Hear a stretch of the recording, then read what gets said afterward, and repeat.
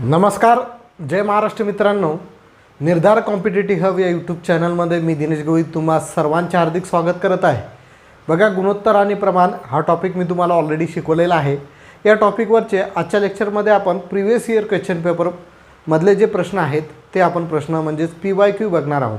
ठीक आहे. पहिला प्रश्न बोर्डवरती आपल्याला आहे की 15/12चे डुप्लिकेट गुणोत्तर किती. NTPC CBT 1 15/1/2021 हा प्रश्न आला होता. ऑप्शन अशा पद्धतीनुसार आपल्याला दिले होते. तर डुप्लिकेट गुणोत्तर म्हणजे काय की जे गुणोत्तर दिलेलं आहे त्याचं वर्ग करणे. ठीक आहे. नाही तर आपल्या या नावानुसार डुप्लिकेट म्हणजे काय की या 15/12 ज्याचं गुणोत्तर 15/12 येईल तशाच पद्धतीनुसार. बघा, इथं आपण चुकी काय करू शकतो. डुप्लिकेट गुणोत्तर म्हणजे आता 150 आणि 120 हे गुणोत्तर दिलेलं आहे. हा जर काटला तर याचं डुप्लिकेट गुणोत्तर 15/12 म्हणजे याचं सुद्धा उत्तर 15/12 येते. अशा हिशोबाने आपण समजू शकतो की पहिलं ऑप्शन आपलं बरोबर आहे. पण डुप्लिकेट गुणोत्तर म्हणजे काय, जे गुणोत्तर दिलेलं आहे त्याचा वर्ग करणे. म्हणजे 15 आणि 12 दिलेला आहे तर या 15चा वर्ग करणे आणि 12चा वर्ग करणे. तर 15चा वर्ग 225 आणि 12चा वर्ग 144. तर याचं डुप्लिकेट गुणोत्तर किती 225/144. म्हणजे ऑप्शन क्रमांक 3 जे आहे हे आपलं काय आहे, परफेक्ट उत्तर आहे. ठीक आहे. डुप्लिकेट गुणोत्तर म्हणजे काय, दिलेल्या गुणोत्तराचा वर्ग करणे. एकदम डोक्यामध्ये फिक्स करून टाकायचं आहे. ठीक आहे. दुसरा प्रश्न बघूया.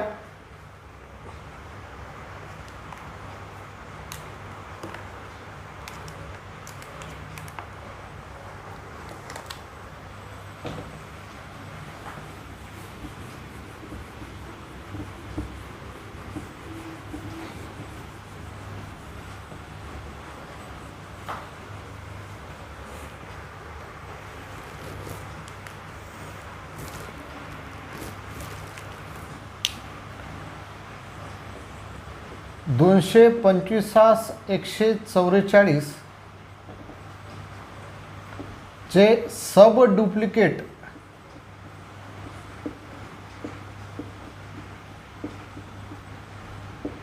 गुणोत्तर किती.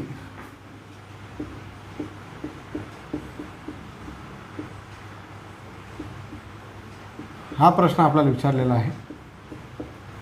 हा बघा कोणत्या परीक्षेमध्ये आला होता. NTPC CBT 1 23/2/2021 NTPC CBT 1 23/2/2021 हा प्रश्न आपल्याला विचारला होता. ऑप्शन आहेत बघा. पहिला ऑप्शन आहे 15/12. दुसरा ऑप्शन आहे 17/12. तिसरा ऑप्शन आहे 225/144 आणि चौथा ऑप्शन आहे 15/13. ठीक आहे. एकदम सोपी प्रश्न. बघा, आधीच्या उदाहरणामध्ये आपण डुप्लिकेट गुणोत्तर पाहिलं तर तिथं जे गुणोत्तर आहे त्या दोन्ही गुणोत्तराचा काय केला, वर्ग केला. आणि जिथं तुम्हाला सब डुप्लिकेट गुणोत्तर काढायचं आहे तिथं काय करणार, जिथं आपल्याला सब डुप्लिकेट गुणोत्तर काढायचं आहे जे दिलेलं गुणोत्तर आहे त्याचं काय करणार, वर्गमूळ करणार. काय करणार, वर्गमूळ करणार. मग सब डुप्लिकेट गुणोत्तर बरोबर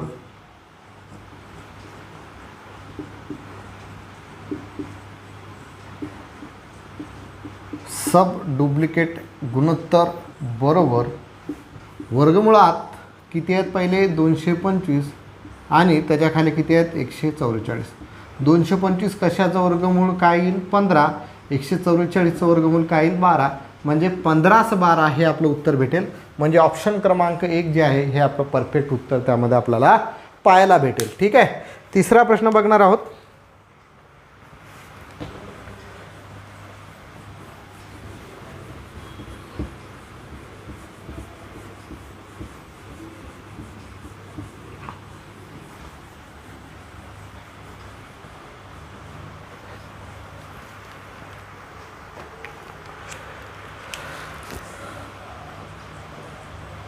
एकास 2 तीनास 10 आणि 10s 21चे यौगिक गुणोत्तर किती.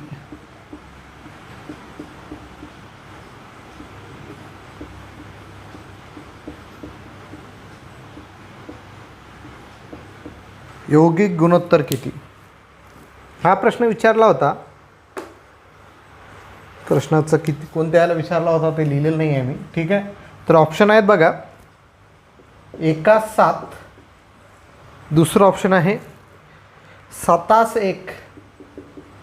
तिसरं ऑप्शन आहे 14:1.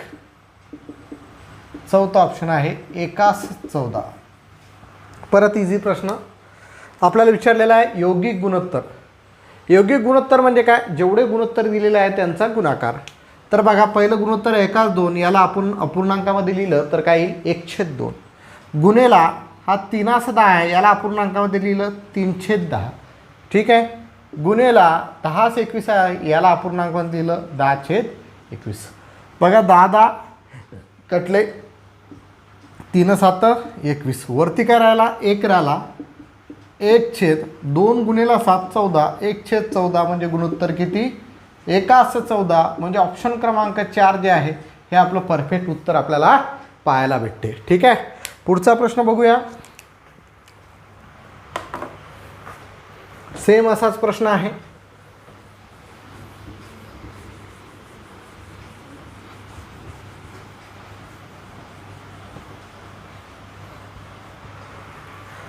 चौथा नंबरचा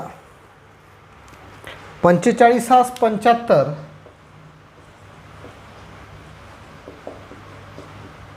कॉमा 3:5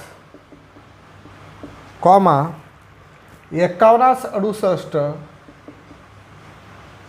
आणि 256:81 चे यौगिक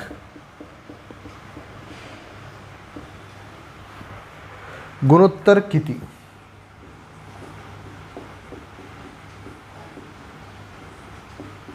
यौगिक गुणोत्तर किती? ठीक आहे, प्रश्न विचारला होता बघा. NTPC CBT 1 1/2/2021ला प्रश्न विचारला होता. ऑप्शन बघा. पहिला ऑप्शन आहे 64:75 म्हणजे 64/75. दुसरं ऑप्शन आहे 128/75. तिसरं ऑप्शन आहे 75/32 आणि चौथा ऑप्शन आहे 32/45. परत यौगिक गुणोत्तर आपल्याला विचारलं म्हणजेच संपूर्ण अपूर्णांकाचा काय करायचा आहे? गुणाकार करायचा आहे. मग गुणोत्तराला आधी अपूर्णांकामध्ये लिहावं लागेल. म्हणजे 45/75 45 गुणेला छेद 75 गुणेला 3/5 गुणेला 51/68. ठीक आहे, गुणेला 256/81. ठीक आहे, आता बघा 15×3=45 15×5=75 17×3=51 17×4=68. ठीक आहे, आता पुढे जर याला जर भागायचं म्हटलं तर इथं सरळ सरळ आपल्या लक्षात येते 6×5=11 12×13 6×5=11 12×13 9ने भाग जाणार नाही. तर इथं आपण 4ने याला भाग देऊ. 4ने जर भागलं 4×7=24 एक बाकी राहिला 4×4=16. ओके, आता पुढे काय भाग जाईल? 64 आणि 81ला कशाने भाग जातो रे? नाही जात. मग बघा आता पुढे काय होऊ शकते का? ठीक आहे, 3ने 81ला जर भागलं तर 3 दुनी 6. ठीक आहे, 2 बाकी राहिले 3×7=21 झाले 27. परत 3ने 27ला भागलं 3×9=27. ओके, ठीक आहे, आता काय बाकी आहे? अजून काय बाकी आहे? बरं 3ने 9ला भागलं किती उत्तर आलं? 3×3=9. ठीक आहे, आता वरती किती राहिले? 64 आणि खाले बघा हे 5 5 गुणेला 5 5×5=25 25 गुणेला 3=75 म्हणजे 64/75 उत्तर आपलं असलं पाहिजे. तर ऑप्शन क्रमांक 1 जे आहे हे आपलं परफेक्ट उत्तर त्याचं असणार आहे. ठीक आहे, पुढचा प्रश्न बघू 5 नंबरचा. हे सर्व पेपरमध्ये आलेले आहेत, सर्व इम्पॉर्टंट एक्झाम्पल.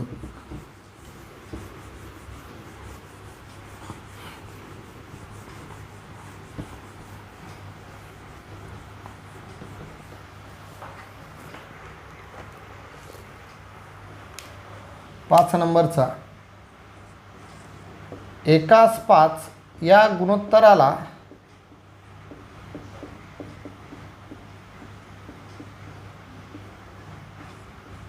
दशांश अपूर्णांकात रूपांतर करा.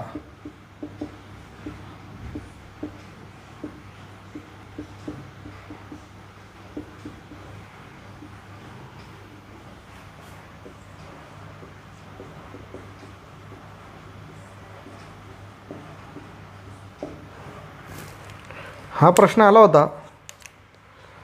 RRB ALP and technician, RRB ALP and technician 14/8/2018ला. ठीक आहे. याचे ऑप्शन आपल्याला पाहायला भेटतील. पहिला ऑप्शन आहे 0.5, दुसरा ऑप्शन आहे 0.2, तिसरा ऑप्शन आहे 0.02, चौथा ऑप्शन आहे 0.1. एकदम इझी प्रश्न आहे हा, 5वी 6वीच्या मुलांसाठीचा प्रश्न. एकास 5 या गुणोत्तरात दशांश अपूर्णांकात रूपांतर करा. एकदम इझी आहे. एकास 5 म्हणजे काय रे? 1/5. 5ने 1ला भागलं तर भाग जातो का? नाही जात. शून्याचा भाग दिला, पॉईंट दिला, मग 1चे काय होतील आता? 10 होतील. 5 दुनी 10, 0.2. हे काय भेटेल आपल्याला? दशांश अपूर्णांकात रूपांतर. दुसरं उत्तर झालं. 6 नंबरचा प्रश्न.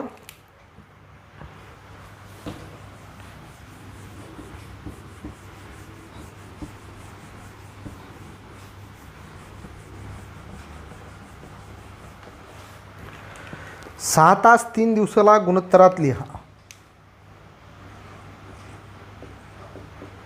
6 तास 3 दिवसाला गुणोत्तरात लिहा.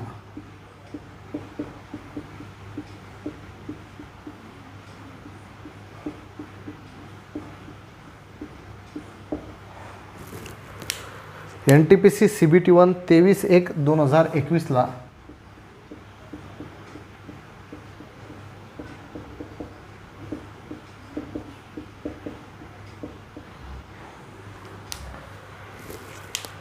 एक छेद 3 पहिला ऑप्शन आहे. दुसरा ऑप्शन आहे 1/6, तिसरा ऑप्शन आहे 1/12, चौथा ऑप्शन आहे 1/9. हा प्रश्न तुम्ही सॉल्व करायला पाहिजे. सरळ प्रश्न घेतला आहे आपण अशा टाईपचे. इथं तास आहेत, इथं दिवस आहेत. गुणोत्तर आपल्याला कळायचं आहे. मग त्यांची एकके काय असली पाहिजे? सारखी असली पाहिजे. पण इथं तास आहेत तर दिवस आहेत, बरोबर आहे. म्हणजे पहिले तास येतील. हे 6 तास मी वरती दिले, बरोबर आहे. आता या दिवसाला तासामध्ये कन्वर्ट करावं लागेल. एक पूर्ण दिवस 24 तासाचा असतो, म्हणून 3 गुणिले 24 केलं की आपल्याला काय भेटतील? हे 3 दिवसाचे पूर्ण तास भेटतील. आता याचं गुणोत्तर निघेल तर सरळ सरळ 6 चोक किती झाले? 24 झाले, 4 झाले, बरोबर. वरती काही नाही म्हणजे 1 राहिला. 3 गुणिले 4 12, म्हणजेच उत्तर आपल्याला भेटलं 1/12. म्हणजे ऑप्शन क्रमांक 3 जे आहे हे आपलं परफेक्ट उत्तर त्याचं असणार आहे. पुढचा प्रश्न बघूया.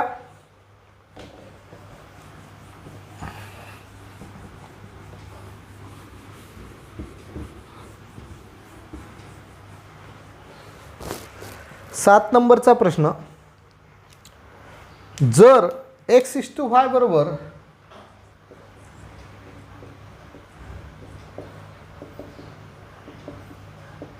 3/4 तर 7x - 4y = 3x + 2y बरोबर किती? प्रश्न विचारला होता NTPC CBT 2 17/6/2022ला. NTPC CBT 2 17/6/2022ला हा प्रश्न विचारला होता. ऑप्शन कशा प्रकारे होते? ऑप्शन होतं 1/4, दुसरं ऑप्शन आहे 1/3, तिसरं ऑप्शन आहे 2/7, चौथा ऑप्शन आहे 5/17. ठीक आहे. तर हा प्रश्न आपल्याला सोडवायचा आहे. प्रश्न खूप सोपी आहे. पण एक्स आणि वाय आलं की आपण तिथंच प्रश्न तो स्किप करून टाकतो. तर एक्स आणि वाय आलं म्हणजे एक्स आणि वाय आपले नातेवाईक आहेत असे समजून घ्यायचं. म्हणजे हा प्रश्न खूप सोपा आहे असं समजून घ्यायचं. ठीक आहे. तर x/y बरोबर 3/4 आहे. म्हणजेच याचा अर्थ काय आहे की x/y बरोबर 3/4 बरोबर. x/y बरोबर 3/4 म्हणजेच 3/4. म्हणजे याचा अर्थ एक्सची किंमत 3 आहे, वायची किंमत 4 आहे. म्हणून x बरोबर 3, y बरोबर 4 हे ऑलरेडी दिलेलं आहे म्हणून मी लिहिलं. मनाने लिहिलं का? नाही लिहिलं. तर याच्यामध्ये फक्त किमती टाका आणि गुणोत्तर करा. आता बघा 7 गुणेला एक्सची किंमत किती आहे रे? 3 वजा 4 गुणेला वायची किंमत किती आहे रे? 4. ठीक आहे. इष्टू म्हणजे छेदामध्ये आहे अपॉन 3 गुणेला एक्सची किंमत किती आहे? 3 वजा अधिक आहे अधिक 2 गुणेला वायची किंमत किती आहे? 4. कॅल्क्युलेशन करा. 7त्रिक 21 वजा 4 16 खाले 3त्रिक 9 अधिक 4 दुनी 8. 21मधून 16 गेले 5 राहिले 9 8 17 म्हणजे 517. म्हणजे याचं उत्तर काय येईल? 5/17. कारण याला पुढे संक्षिप्त रूप जात नाही. म्हणजेच हे आपलं फायनल रेशो आहे, फायनल गुणोत्तर आहे. म्हणजे याचं उत्तर आपलं 517 म्हणजेच 5/17 आहे. म्हणजे ऑप्शन क्रमांक 4 जे आहे हे तुमचं परफेक्ट उत्तर त्यामध्ये असणार आहे. परफेक्ट त्याचं आन्सर असणार आहे. सर्वांना दिसायला काही प्रॉब्लेम नाही आहे. जे लिहित आहे ते दिसत आहे. ओके. 8वा नंबरचा प्रश्न.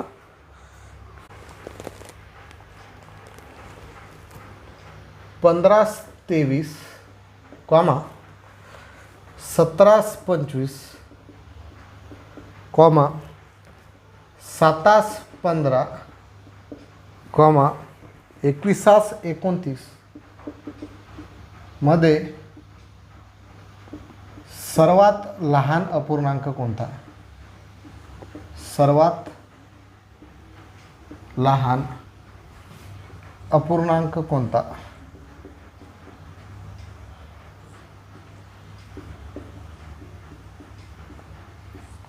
ठीक आहे. ऑप्शन आहे.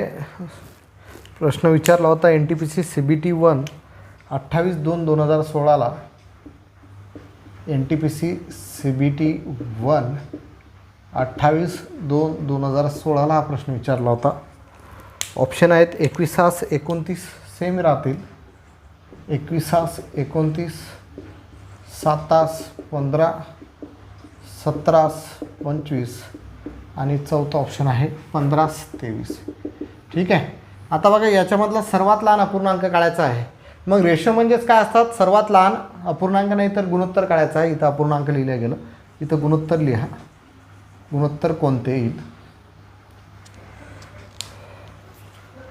सर्वात लहान गुणोत्तर कोणते?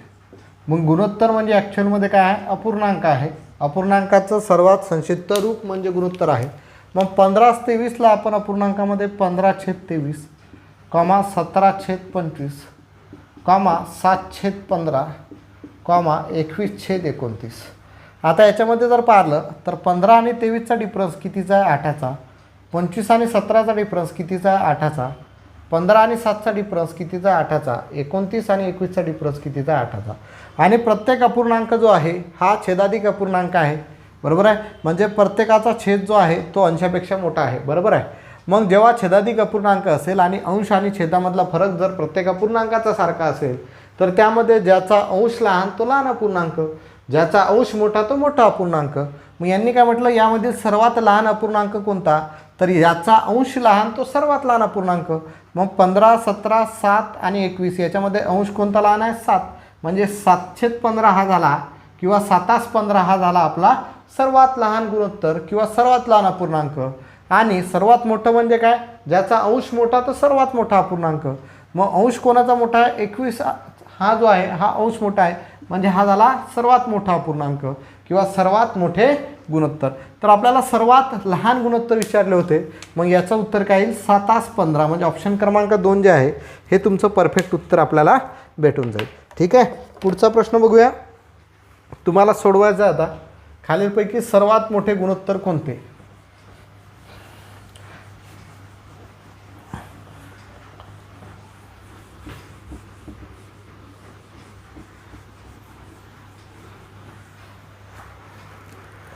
9 नंबरचा प्रश्न,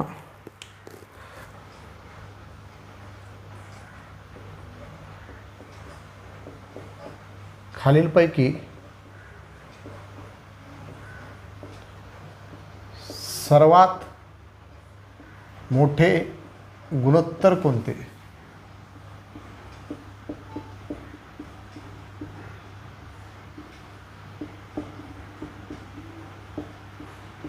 प्रश्न विचारला होता NTPC CBT 1 16/1/2021ला NTPC CBT 1 16/1/2021ला हा प्रश्न विचारला होता.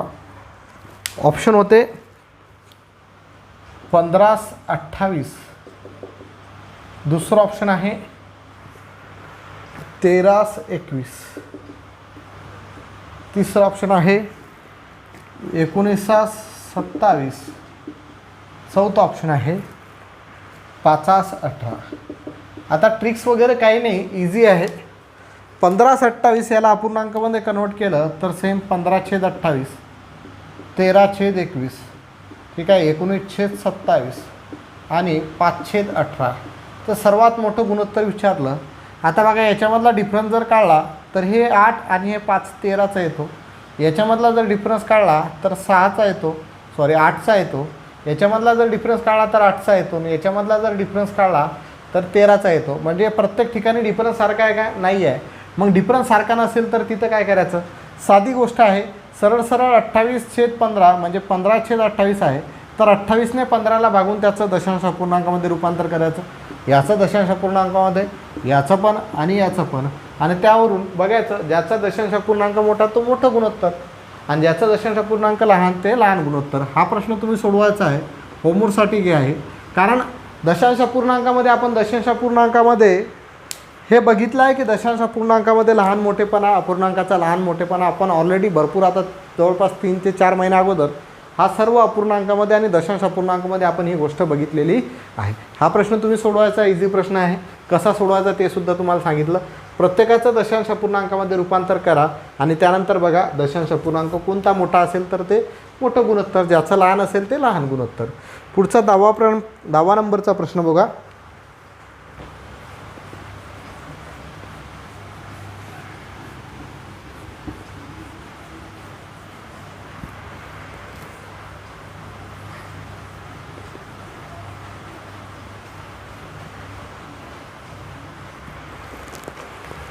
जर याचे 15%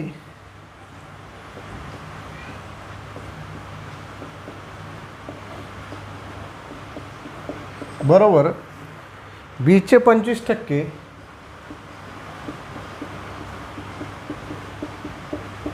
प्रमाण 8/11 तर यास बी बरोबर किती? मस्त प्रश्न आहे, सोपी आहे.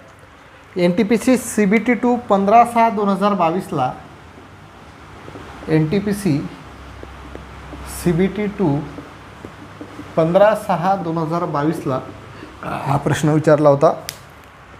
ऑप्शन आहेत 4/3, दुसरा ऑप्शन आहे 33/32, तिसरा ऑप्शन आहे 5/4, चौथा ऑप्शन आहे 40/33. ठीक आहे, प्रश्न खूप सोपी आहे. प्रमाण दिलेलं आहे पण इथं एचे 15% बरोबर बीचे 25% बरोबर नाही. इथं आपला रेशो आहे, इथं बरोबर नाही आहे ॲक्च्युअलमध्ये. इथं एचे 15% इष्टू गुणोत्तर बीचे 25% प्रमाण 8/11 तर यास बी बरोबर किती? ठीक आहे, तर प्रश्न सोडवायचा आहे. एचे 15% म्हणजेच ए, चे म्हणजे गुणाकाराचं चिन्ह असते, 15% म्हणजेच 15/100 इष्टू बी, चे म्हणजे गुणाकाराचं चिन्ह 25% म्हणजे 25/100 प्रमाण 8/11. ठीक आहे, आता जर सॉल्व करायचं म्हटलं तर सरळ सरळ हा 100 कटतो. म्हणजेच हा बी जर इकडे घेतला तर A/B बरोबर आपण 25/15 असं म्हणू शकतो. बरोबर आहे. मग 5×5 25, 5×3 15, बरोबर आहे. 5×5 25, 5×3 15, बरोबर आहे का? 25% आहेत का? 15% आणि 25%, बरोबर. किंवा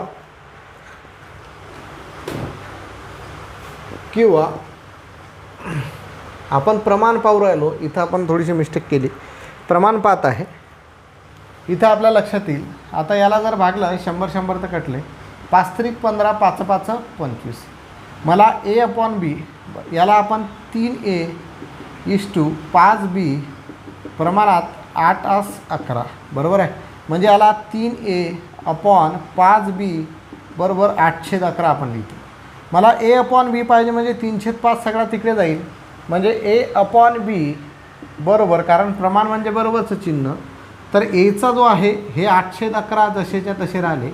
हा A सोबतचा जो 3 आहे हा वरती होता तर खाली आला, आणि हा B सोबतचा 5 आहे हा खाली होता तर वरती आला. सॉल्व कसं करता येईल, ठीक आहे. तर 8×5 = 40, 11 त्रिक 33, म्हणजे 40/33 हे आपलं A/Bचं उत्तर भेटेल. 40/33 म्हणजे 40/33. ऑप्शन क्रमांक 4 जे आहे हे आपलं परफेक्ट उत्तर यामध्ये आपल्याला भेटेल, ठीक आहे. तर अशा पद्धतीनुसार आपल्याला हे उत्तर सॉल्व करायचं आहे. मी इथं थोडी गडबड केली होती, बघा लक्ष द्या. जर Aचे 15% = Bचे 25%, प्रमाण 8/11, तर A/B बरोबर किती. तर Aचे म्हणजे गुणाकारा चिन्ह 15% म्हणजे 15/100 = B गुणेला चे म्हणजे गुणाकारा चिन्ह 25% म्हणजे 25/100. हा 100 इकडे आला, हा 100 तिकडे गेला, सरळ सरळ कट झाला. 5 त्रिक 15, 5 5 25, कारण खाल्यावरती येतील, बरोबर आहे. म्हणजेच हे 3A/5B प्रमाण 8/11 आलं, प्रपोर्शन 8/11. मला A/B पाहिजे, म्हणून मी 3A/5B बरोबर 8/11 लिहिलं, कारण हे प्रमाण आहे म्हणजे बरोबरचं चिन्ह आहे. मला A/B पाहिजे, 5 खाली होता तर वरती आला, 3 वरती होता तर खाली गेला. सॉल्व केलं तर उत्तर भेटलं मला 40/33, आणि याला संक्षिप्त रूप जात नाही, म्हणजे A/B म्हणजेच A/B बरोबर 40/33 हे माझं उत्तर आपल्याला सांगता येईल, किंवा हे त्याचं परफेक्ट उत्तर आहे. पुढचा प्रश्न बघूया, 11 नंबरचा.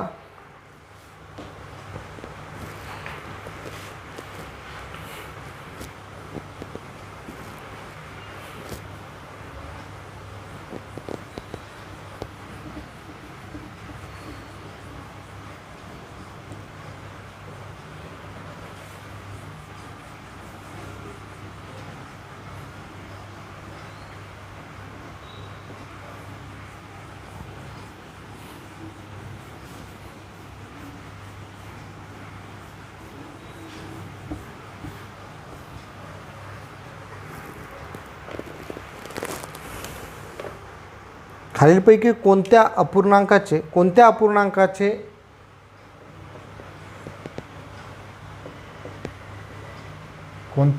अपूर्णांकाचे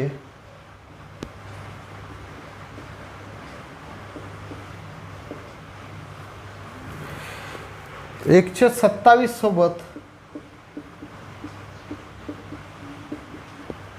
जे गुणोत्तर आहे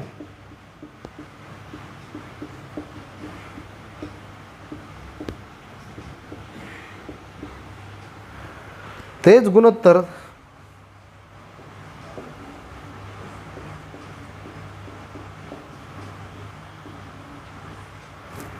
तेच गुणोत्तर 3/11 5/9 सोबत आहे.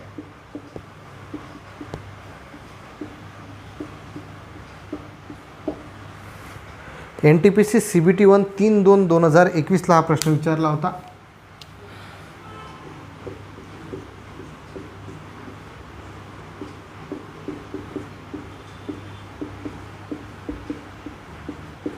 ऑप्शन होते 1/15,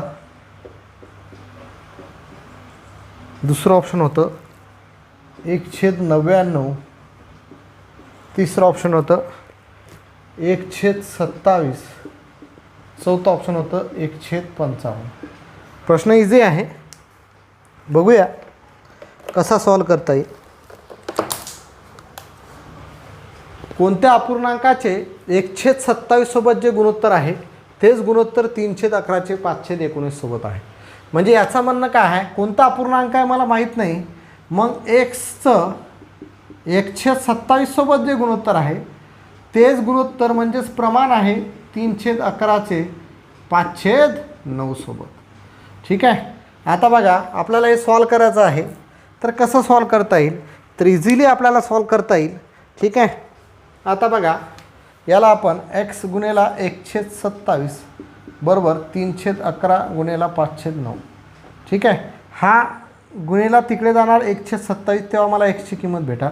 म्हणजे इकडे लिहितो मी x बरोबर 3/11 गुणेला 5/9 इकडचे जसेच्या तसे. हा 27/1 होईल तिकडे 27/1 नंतर किती झाले 27 बरोबर आहे. म्हणजेच x बरोबर 3×5 = 15 15 त्रिक 45/11. काहीतरी चुकलं माझं, काय लिहिलं मी,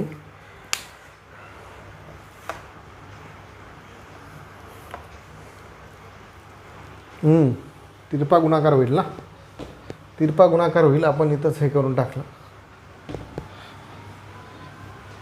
4 गुणोत्तर आहेत. हे जर पहिलं पद काढायचं आहे तर काय होईल, एक्सचा आणि 5/9चा गुणाकार म्हणजे x गुणेला 5/9 बरोबर 3/11 गुणेला 1/27. एक्सची किंमत काढायची आहे तर x बरोबर 3/11 गुणेला 1/27 गुणेला 9/5 नंतर 27 3 3 कटला म्हणजे x बरोबर वरती 1 राहिला आणि 11 गुणेला 5 55 उत्तर आलं. म्हणजे x बरोबर 1/55 आलं. कसं आलं लक्षात घ्या. A:B प्रमाणात C:D असते, तर याच्यामध्ये A गुणेला D बरोबर B गुणेला C असतं. सेम तेच केलं. हा पहिला आणि याचा गुणाकार होईल x गुणेला 5/9 आणि मधल्याचा गुणाकार होईल 1/27 गुणेला 3/11. मला xची किंमत काढायची होती 5/9 तिकडे गेला, परत त्याला उलटं झाला तो 9/5 झाला. 9ने 27ला भागला 3चा भाग गेला 3 3 कटला वरती राहिला 1. इथं 11 गुणेला 5 म्हणजे 11 5 55 म्हणजे ती एक्सची किंमत किती आली 1/55 आली. म्हणजे ऑप्शन क्रमांक 4 जे आहे हे आपलं परफेक्ट उत्तर त्याचं भेटलेलं आहे. ठीक आहे. तर लक्षात आलं. तर अशा पद्धतीनुसार आपण हे प्रश्न सोडवायचे आहेत. ठीक आहे. पुढचा प्रश्न बघूया 12 नंबरचा.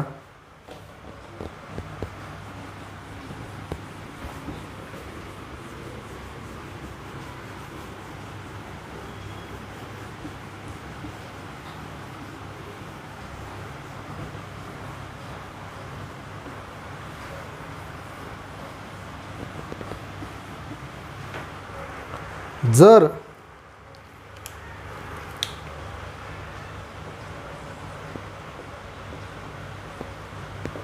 (3a वर्ग वजा 8b वर्ग गुणोत्तराचं चिन्ह a चा वर्ग अधिक 4b चा वर्ग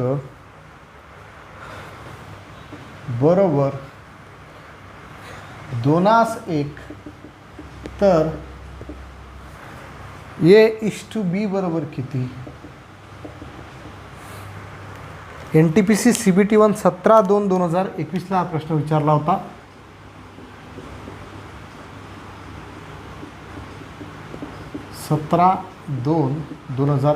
हा प्रश्न विचारला होता. ऑप्शन आहे बघा पहिलं 5/4, दुसरा ऑप्शन आहे 1/4, तिसरा ऑप्शन आहे 4/5, चौथा ऑप्शन आहे 4/1. इझी प्रश्न आहे. काय म्हटलेलं आहे, जर पहिल्या कंसामध्ये दिलेला आहे 3a चा वर्ग वजा 8b चा वर्ग इष्टू दुसऱ्या कंसामध्ये दिलेला आहे a चा वर्ग अधिक 4b चा वर्ग बरोबर 2:1, तर A:B म्हणजे a b सोबत असलेलं गुणोत्तर काय आहे. तर इझिली आहे. पहिला कंस काय आहे 3a वर्ग वजा 8b वर्ग. ठीक आहे. इष्टू म्हणजे अपॉनमध्ये a चा वर्ग अधिक 4b चा वर्ग बरोबर याची किंमत 2:1 म्हणजे 2/1 आहे. याने जर याला गुणलं आणि याने जर याला गुणलं तर काय होईल, 1ने जर याला गुणलं तर हे जसंच तसं राहील 3a चा वर्ग वजा 8b चा वर्ग. 2ने जर याला गुणलं तर 2 गुणेला a चा वर्ग अधिक 4b चा वर्ग. सॉल्व जर केलं तर 3a चा वर्ग वजा 8b चा वर्ग, सॉरी इथं 2 येतील, 2 गुणेला 2a वर्ग, 2 गुणेला 4, 4 2 8, 8b वर्ग. मला a आणि b ची किंमत पाहिजे. ठीक आहे. हा अधिक b मी इकडे नेतो ना, हा 3a तिकडे नेतो किंवा 2a इकडे आणतो आणि वजा 8b तिकडे नेतो.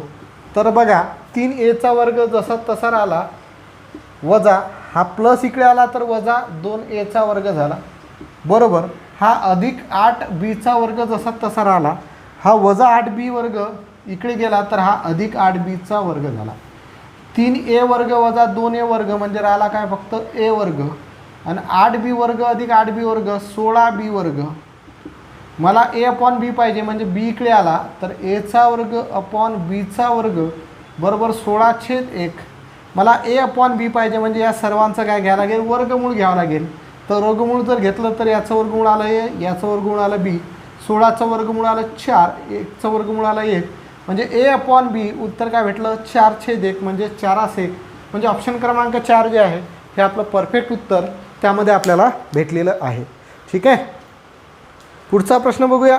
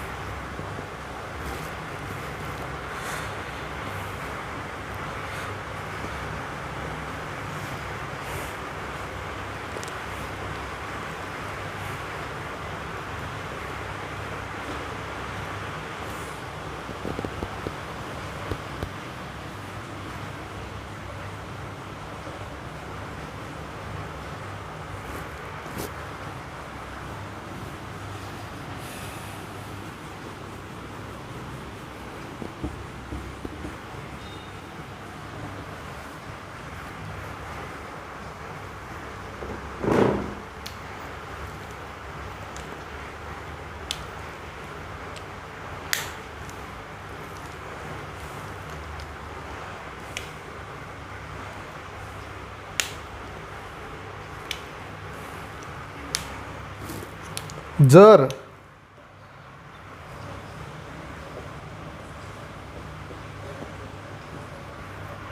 a चा घन अधिक b चा घन इष्टू a चा घन वजा b चा घन बरोबर 185 इष्टू 158 आहे,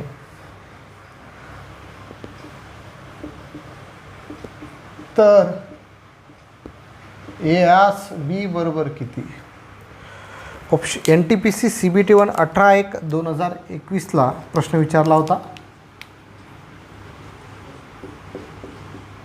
NTPC CBT 1 18/1/2021 हा प्रश्न विचारला होता. ऑप्शन होते 7/3, दुसरं ऑप्शन होतं 2/3, तिसरं ऑप्शन होतं 5/4 आणि चौथं ऑप्शन होतं 10/2. ठीक आहे. 10/2. प्रश्न इझी आहे, बघूया. a चा घन अधिक b चा घन, a चा घन अधिक b चा घन इष्टू आहे म्हणजे अपॉनचं चिन्ह, a चा घन वजा b चा घन बरोबर 185/158 आहे. तिरपा गुणाकार करायचा का याच्यामध्ये नाही, तर याच्यामध्ये योगांतरानुपात नियम लावायचा. याच्यामध्ये योगांतरूपात नियमानुसार. ठीक आहे, लक्षात घ्या. योगांतरूपात नियम म्हणजे काय, जो छेद आहे त्याने वर्षाला छेद जो आहे तो वर्षामध्ये मिळवायचा आणि खालच्यामधून काय करायचा, वजा करायचा. छेद जो आहे तो वरच्यामध्ये मिळवायचा आणि खालच्यामधून काय करायचा, वजा करायचा. आता बघा a चा घन अधिक b चा घन, याच्यामध्ये a चा घन वजा b चा घन मिळवला. खाली a चा घन वजा b चा घन आहे, याच्यामधून a चा घन वजा b चा घन वजा केला. सेम याच्यामध्ये 185मध्ये खालचा मिळवाचा आणि 185मधून खालचा वजा करायचा. ठीक आहे. आता प्लस चिन्ह आहे म्हणजे चिन्ह जसे तसे राहतील. म्हणजे a चा घन अधिक b चा घन अधिक a चा घन वजा b चा घन. इथं जर केलं तर a चा घन वजा b चा घन वजा आहे, याचं चिन्ह प्लस आहे, वजा गुणेला प्लस वजा a चा घन आणि वजा गुणेला वजा प्लस b चा घन. ठीक आहे, काहीतरी चुकू राहिलं. वजा गुणिले वजा प्लस, बरोबर आहे. काय चुकलं आपला?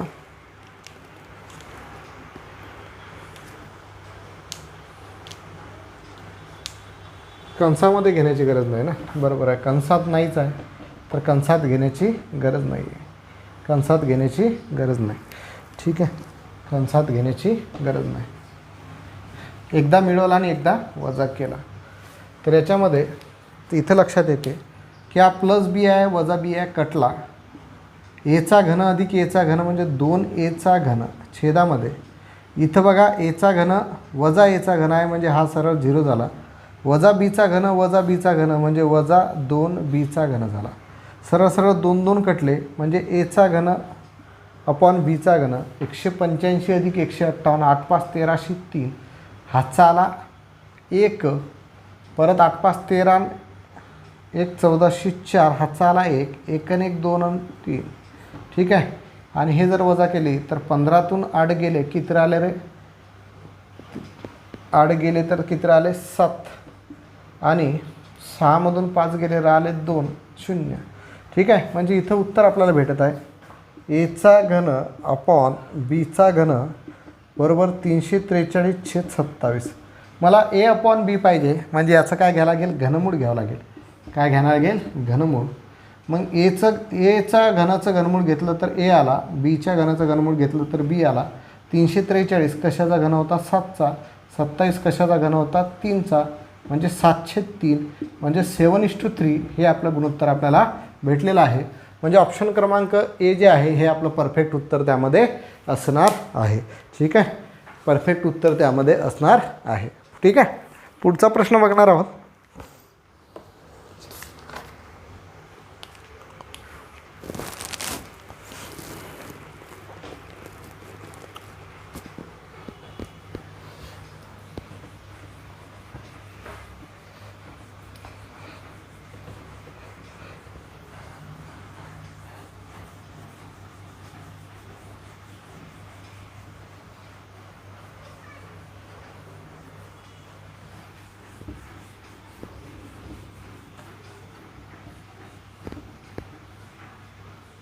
पंधरा नंबरचा प्रश्न.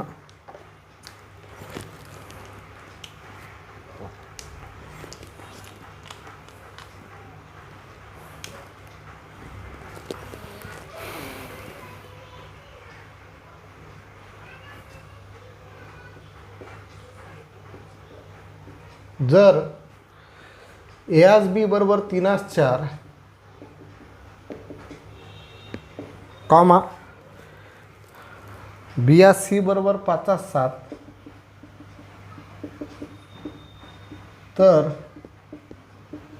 a(b) b(c) बरोबर किती? हा प्रश्न आपण घेतलेला आहे. म्हणजेच अशा टाईपचे एक्झाम्पल आपण घेतलेलं आहे. NTPC CBT 1 19/1/2021 हा प्रश्न विचारला होता. ऑप्शन होते 15/28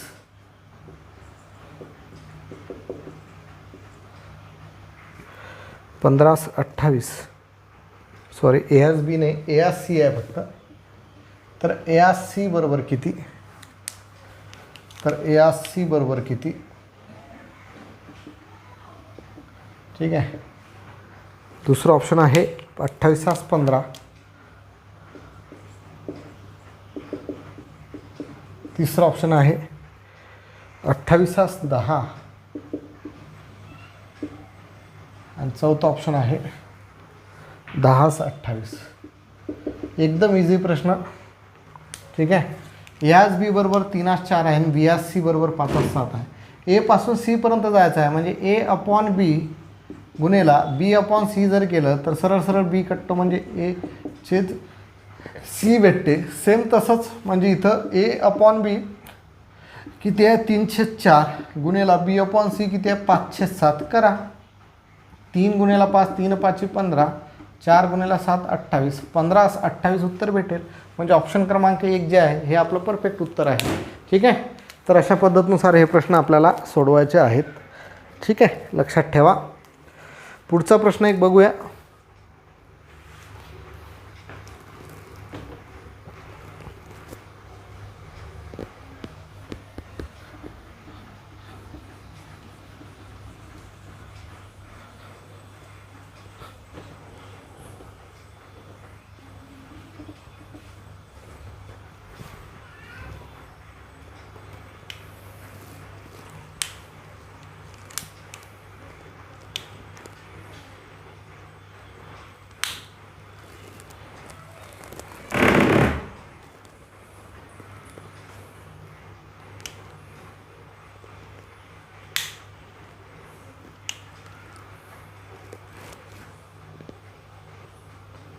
16 नंबर, संख्या x/y गुणोत्तर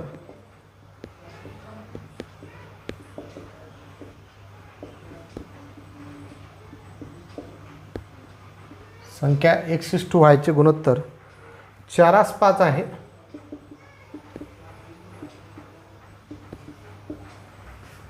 जर x ची किंमत z पेक्षा 20% जास्त आहे, जर x ची किंमत z पेक्षा 20% जास्त आहे,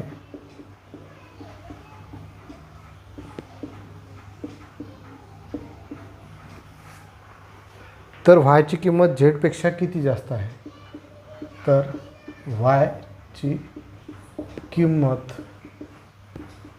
z पेक्षा किती टक्के जास्त आहे?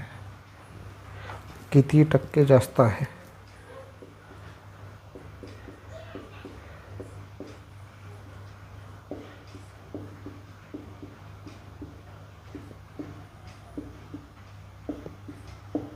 जास्त आहे. ठीक आहे, किती टक्के जास्त आहे? NTPC CBT 1 13/1/2021ला NTPC CBT 1 13/1/2021ला प्रश्न विचारला होता. ऑप्शन 40%, 50%, 30%, 60%. 40%, 50%, 30%, चौथा आहे 60%. ठीक आहे, आता लक्षात घ्या, x/y काय दिला आहे? x y z दिलेला आहे, x y आणि z, बरोबर. आता x आणि y चं गुणोत्तर किती आहे? 4:5. हे इकडे लिहिलं 4:5. ठीक आहे, किंवा हा z इकडे लिहू आपण, चालते, काय अडचण नाही. z इकडे लिहिला, z इकडे लिहू. ठीक आहे, x y आणि z. पहिले x y चं गुणोत्तर दिलेलं आहे 4:5. पुढे काय म्हटलं आहे? x ची किंमत y पेक्षा z पेक्षा 20% जास्त आहे. म्हणजे x/z जर लिहिलं तर आपल्याला 20% जास्त भेटेल, 20/100, बरोबर. आता 20×1 20, 20×5 100. म्हणजे x ची किंमत 1 आहे का? नाही, x मोठा आहे त्याच्यापेक्षा. म्हणजे 1 + 5 किती झाला? तो 6. म्हणजे x/z मला भेटलं, 1 आणि 5 ची बेरीज केली 6, आणि z किती भेटला? 5. लक्षात घ्या, हे समजलं काय?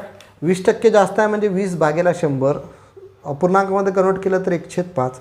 1 आणि 5 ची बेरीज केली 6, म्हणजेच हा जो आहे x जो आहे y पेक्षा 20% जास्त झाला. 5 + 1 6.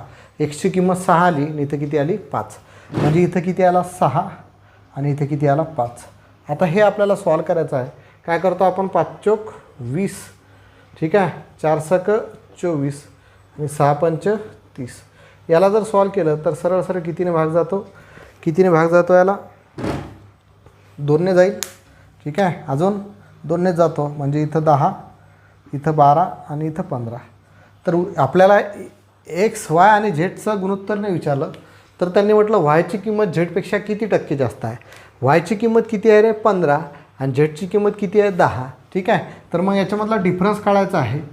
तर y ची किंमत झेडपेक्षा किती टक्के जास्त आहे? तर टक्के बरोबर y ची किंमत किती आहे रे? 15, वजा झेडची किंमत किती आहे? 10. आणि आपल्याला काय काढायचं आहे? y ची किंमत काढायची आहे, म्हणजे 15 गुणिले 100. 15 वजा 10 किती झाले? 5/15 गुणिले 100, बरोबर ना. सॉरी, इथं आपल्याला ही 10 किंमत घ्यावं लागेल. हे चुकू राहिलं माझं. कशाची किंमत घ्यावं लागेल? झेडची किंमत घ्यावं लागेल, कारण झेडशी आपण तुलना करत आहे.